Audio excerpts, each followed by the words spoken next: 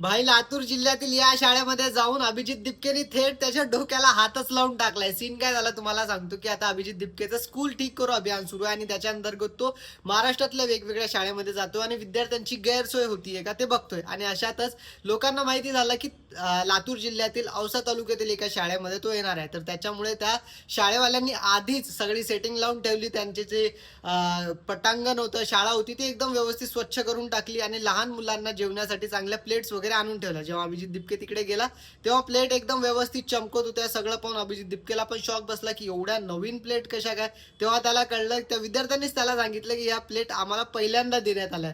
आणि याच्या समोर जाऊन जेव्हा दिपके एका लहान मुलीसोबत विद्यार्थिनीसोबत बोलत होता तेव्हा दिपकेने त्या मुलीला विचारलं की तुझी बॅग कुठे, घेऊन ये, तू बॅग घेऊन नाही आलीस का. तेव्हा ती लहान मुलगी दिपकेला बोलते की माझी बॅग तर शाळेत आहे. ते बोलले हा, तर मी तेच म्हणतोय की मी शाळेतच आलोय तर घेऊन ये ना. तर ते बोलले नाही नाही, माझ्या शाळेत आहे. मग दिपकेला समजलं की ऍक्च्युली ते जे पोरं त्या शाळेमध्ये बोलावण्यात आली होती ते त्या शाळेतलीच नव्हती.